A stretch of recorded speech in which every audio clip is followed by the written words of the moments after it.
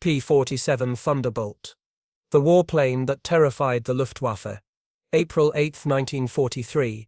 Over northern France, at 28,000 feet. Hauptmann Josef Pips, Priller, made a lazy turn in the cockpit of his Focke-Wulf 90 and reached for his radio. He was an experienced ace pilot with over 100 enemy aircraft to his name.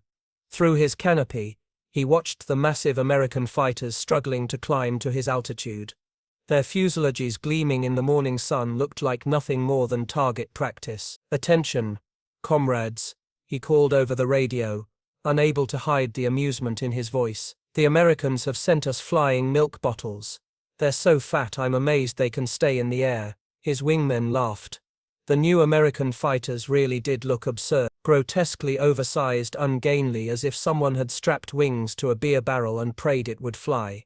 The German pilots had already given them a name, Fliegende Milchflasche, the flying milk bottle. What Priller couldn't know, what none of the 40 German pilots circling that morning could possibly imagine, was this: they were looking at the weapon that would systematically destroy the Luftwaffe's fighter arm within 18 months. This is the story of how mockery turned to terror, how German laughter died in the thunder of 8 synchronized machine guns, and how one flying refrigerator proved that in industrial warfare brute force engineering could rewrite every rule of aerial combat.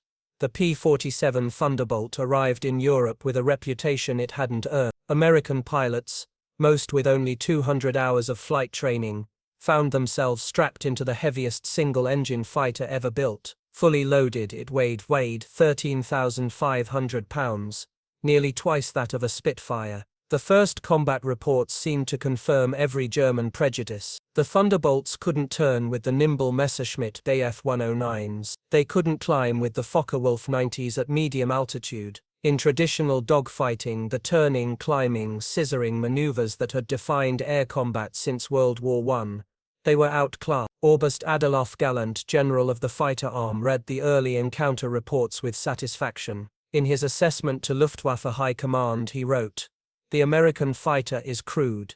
It relies on weight and power rather than finesse. Our pilots report it handles like a truck. This poses no strategic threat." But there were details in those reports that someone should have noticed, details that whispered of something terrifying beneath the surface. P-47s absorbing damage no other fighter could survive. Cannon shells that would shred a Bf-109 or FW-190 seemed to pass through the American fighters as if they were armored fortresses. Pilots reported pumping 20mm rounds into Thunderbolts and watching them fly away, trailing smoke but still airborne. And when the P-47s locked their guns on target, in those rare moments in early 1943 when American pilots figured out the firing solution, German aircraft didn't just fall, they disintegrated.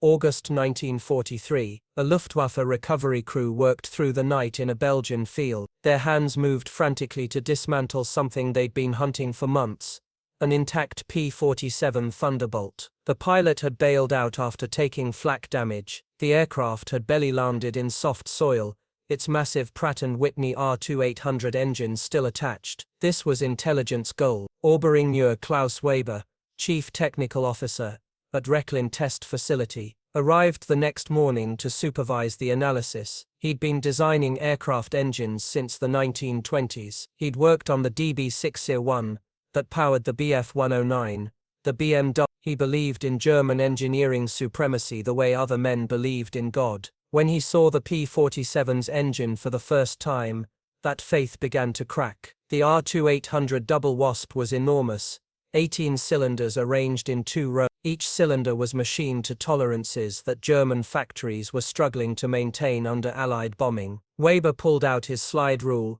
and began calculating displacement 2000, power output at least 2,000 horsepower, possibly 2,300, with the turbo supercharger system integrated into the fuselage. For comparison, the BMW 801 radial engine in the FW190, considered Germany's finest radial design, produced a maximum of 1. The Americans were mass-producing engines with 20 to 30% more power, and apparently they were doing it with ease. Weber ordered his team to remove the engine cowling. What they found left them silent. Every component was machined to near-perfect tolerance. The connecting rods were forged from steel alloys requiring materials Germany had limited access to: chromium, nickel, molybdenum. The cylinders were individually removable, a brilliant design choice that meant faster repairs and more aircraft operation. But what filled Weber with dread was the turbo supercharger system. A complex network of ducting ran from the engine through the fuselage to a turbine mounted in the rear.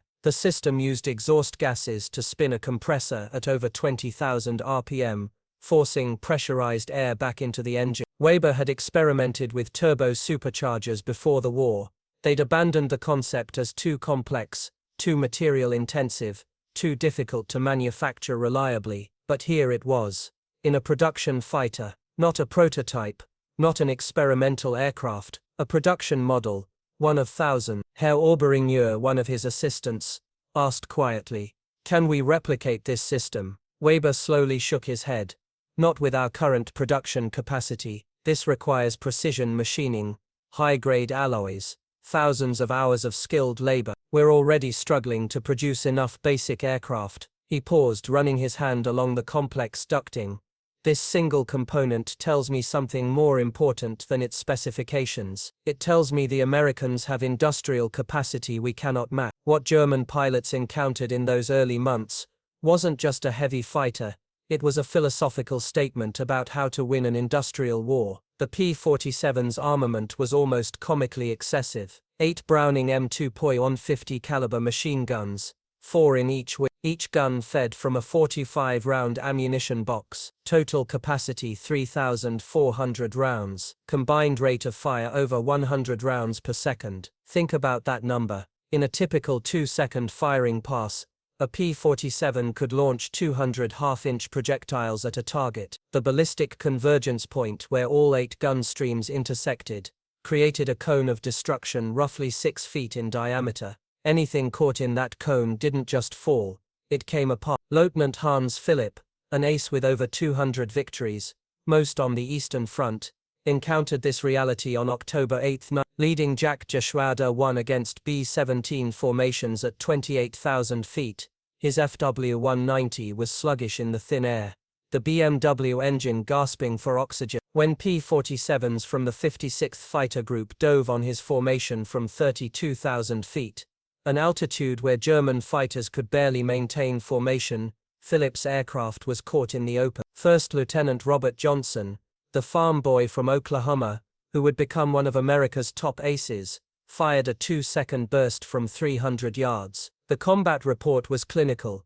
Observed strikes along entire fuselage. Enemy aircraft exploded. No parachute observed. One of Germany's finest pilots, a man who'd survived over 500 combat missions, ceased to exist in the time it takes to blink twice. That night, Hauptmann Priller, the same pilot who'd laughed at the flying refrigerators 6 months earlier, sat in the officers' mess staring at his big. Someone asked him about Philip. "Don't ask me how it happened," he said quietly.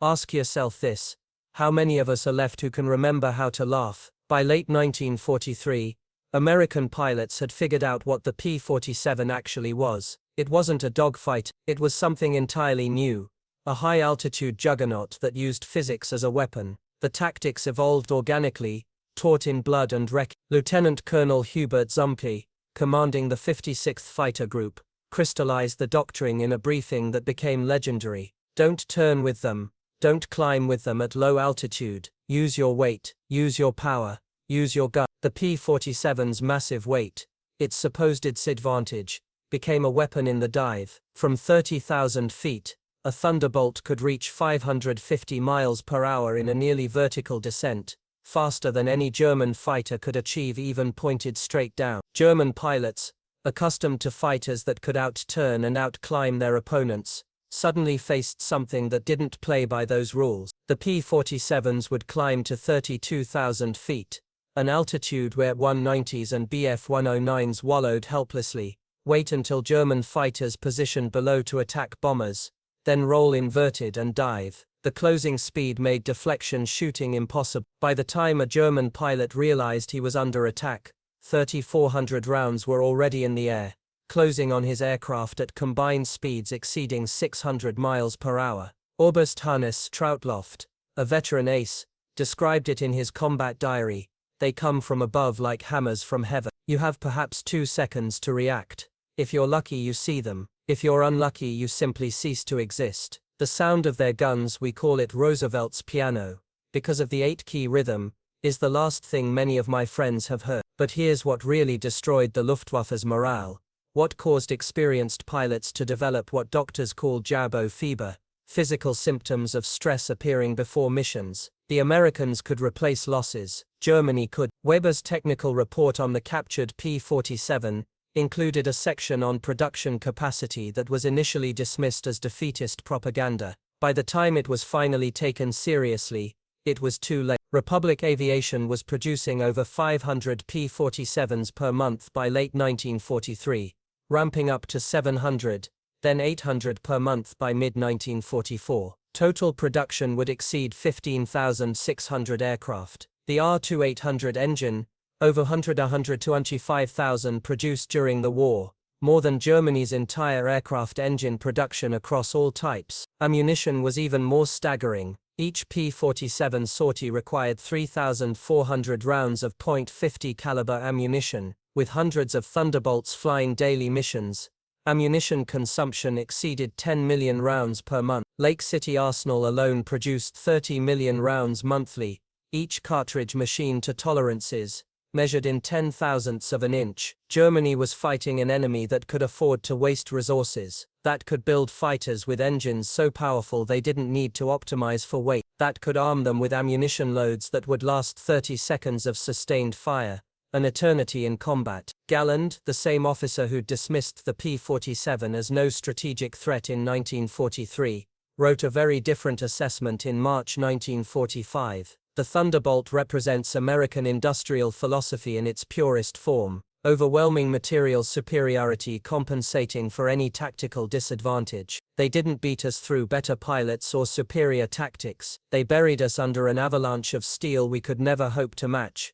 January 1, 1945. Operation Bodenplatte, the Luftwaffe's desperate attempt to destroy Allied airpower in one massive surprise attack. Nearly 900 German fighters launched attacks against Allied airfields across Belgium and the Netherlands. At Y-29 airfield near Metz, home to the 1365th Fighter Group's Thunderbolts, the Germans initially succeeded, destroying 22 P-47s on the ground. A captured German pilot brought to the command post, pointed at the burning aircraft and smiled. "What do you think of that?" Major George Brooking's response became legendary. He pointed to the flight line where ground crews were already pushing damaged aircraft aside, preparing hardstands for replacements. "By tomorrow morning, we'll have 40 new ones delivered from England. How long will it take you to replace your pilots?" The German pilot's smile disappeared. Within 48 hours, factory-fresh P-47 D-40s filled the flight line. The Luftwaffe lost 27 to 1 aircraft,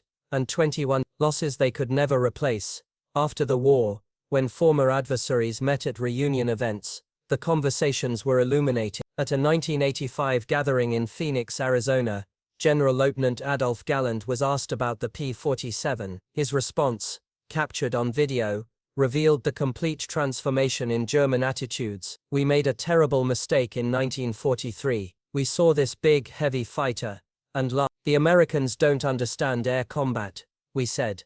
"They built a bomber and called it a fighter. We were the ones who didn't understand. The Americans didn't try to build a European fighter, they built an American one, designed around production capacity, firepower and survivability. In a war of attrition, they understood that the aircraft that could take punishment and deliver devastating firepower would win. They were right. The first time I flew a captured P-47 after the war, I understood everything. The power was incredible. The cockpit was comfortable, the visibility excellent, the controls precise. It was a pilot's aircraft wrapped in armor. But what really struck me was realizing that America built over 15,000 of these complex machines while fighting a two-ocean war. Each one required an engine more sophisticated than anything Germany produced, yet they built them faster than we could build simple fighters. That's when I truly understood. We never had a chance. The P-47 Thunderbolt entered combat as an object of mockery and ended the war as an instrument of annihilation. In between, 8 synchronized Browning machine guns rewrote the rules of aerial warfare and buried the Luftwaffe under an avalanche of The final statistics tell the story that German laughter couldn't. 3,752 German aircraft destroyed in aerial combat over Europe, 3,000 railway cars destroyed, on 9,000 locomotives destroyed, a 4.6 to 1 kill ratio while maintaining the lowest loss rate. But beyond the numbers lies a deeper truth. The one Hauptmann Priller, who'd mocked the flying milk bottles in April 1943, articulated in a candid interview with American interrogators in May 1945, "You didn't defeat us with tactics or courage, you defeated us with mathematics." Every P-47 that appeared over Germany was a calculation we couldn't solve. More power than we could produce, more ammunition than we could manufacture, more replacement aircraft than we could dream of building. We laughed at them because they were fat and ungainly. We stopped laughing when we realized they didn't need to be graceful, they just needed to point those 8 guns at you and pull the trigger. The sound of those guns still haunts me. Mechanical, precise, unstoppable. Like everything American, a problem solved with overwhelming force rather than elegant solutions. In the end, we learned the hard way. In industrial warfare, the side with more factories wins, and you had all the factories. At the National Museum of the United States Air Force in Dayton, Ohio, a restored P-47D sits in quiet dignity among other legendary fighters. Its placard lists specifications, wingspan, weight, armament, but the real story is told by a small display case containing 8 spent .50 caliber shells and a strip of gun camera film. The film shows a Focke-Wulf 90 caught in converging fire streams. In one frame, the German fighter is intact. The next frame shows only expanding debris and smoke. Below the display, a quote from an undeemed Luftwaffe pilot, taken from a 1945 interrogation. "We laughed when we first saw them. Fat, ugly American fighters that couldn't turn, couldn't climb, couldn't fight by our rules. We stopped laughing when we realized they didn't need to follow our rules. They wrote new ones, and in those new rules, the side with the biggest hammer wins." The laughter died with our comrades. The thunder spoke, and the sky belonged to America.